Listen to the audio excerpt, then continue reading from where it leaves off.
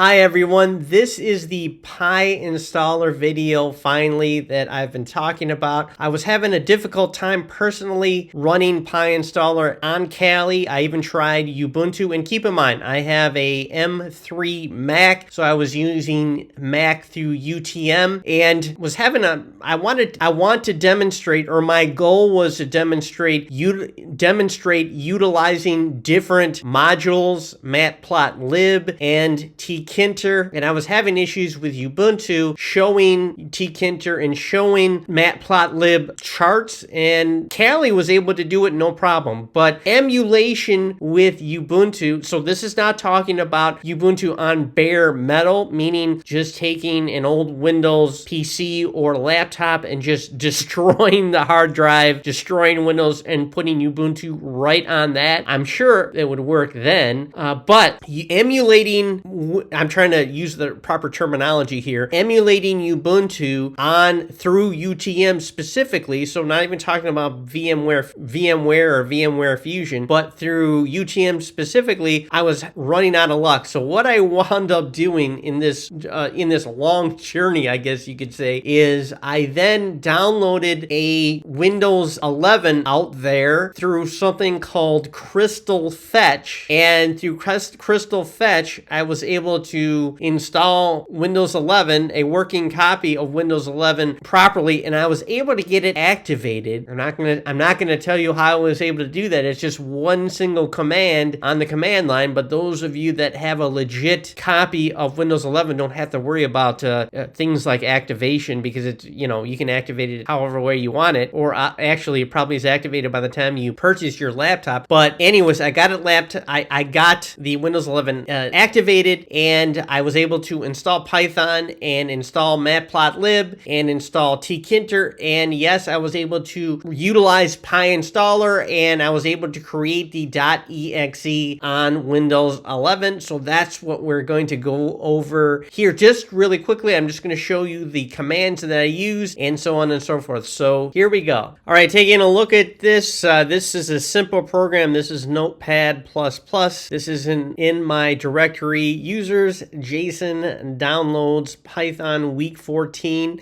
And the name of this program is called chartmaker.py. And here's the program we're importing from tkinter, and we're importing PLT we're importing matplotlib specifically. We're importing this method, and we are centralizing, encapsulating that as the variable PLT. And we're saying X is equal to the TK class name equals chartmaker. So that actually creates the window, and this sets the window size, and this configures the window background, and this creates a label. So all we're doing here is we're giving the user the ability to enter some chart dimensions. We're assigning that the entry, we are assigning this to be the entry. This facilitates the ability for the computer to use what the user inputs. We're giving it, we're telling the computer to use that as an entry, and when the user presses the submit button, okay, because this command creates a button, and when the user presses submit, it allows the command get numbers, which traces back to this function right here, get numbers. And the first thing is that the variable gets the user's entry from this label, or excuse me, from this entry field right here. So this creates the entry field, and this transfers the raw data that the user types in, separated by a space, into a list, and this will plot the I guess you could say the information in an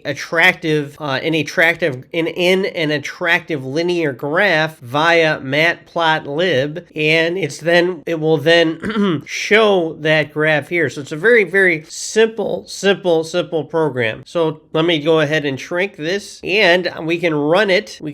So Python, now we're in Windows here, so we don't type in Python 3. We just type in Python, and then we link to the file right here, downloads Python Week14 chart maker, and it comes up. So we can just make a simple chart, 1, 4, 8, 10, 17, or let's just do 12 and press submit, and we have the chart that comes up. And let's go ahead and X this out, and let's X that out. Now, to actually install matplotlib on Windows, we say pip install matplotlib, and that will install matplotlib. To install pyinstaller, we say pip install pyinstaller, and that installs the pyinstaller. Now, to actually create a .exe file for ChartMaker, because the idea is we do not want to have to just, for example, port or transmit a zip file with everything and then force the end user, of which he may or may not be confident enough to install matplotlib and install Python for that matter. So we can turn it and make things easier for the end user, and it will, when we create the EXE, it will literally wrap all the necessary modules into one tarball, if you will, or into one archive, and then that is what the user receives, and the user just has to worry about installing the raw application, the EXE file, and nothing else. So in order to do that, okay, this is the command pyinstaller -1 file, and that's one word, and then link to the actual file name. And you have to make sure that unless you're in the local directory, you actually have to send the absolute directory file path. So we press return, and it works its magic. And just give it a couple of minutes to work, and then I will show you how we can navigate to that path. And actually, while this is working, I'm going to raise that so the file directory is showing. And this is just the process of what you see as the program as pyinstaller is being executed.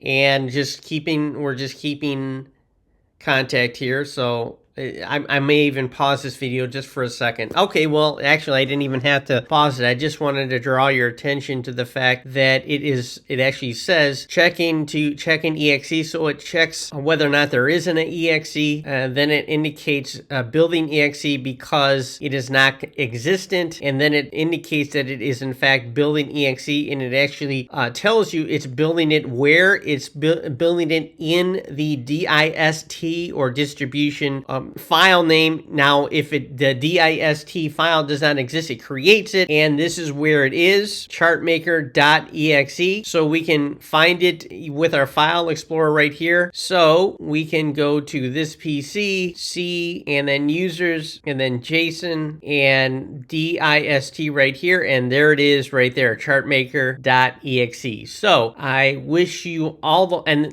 just so you know, that's what you would transfer to the end user, and they should not need to have Python on their local system or matplotlib or tkinter or anything. When they double click on the exe, it should install everything and be able to run on their machine. I hope you have enjoyed this video.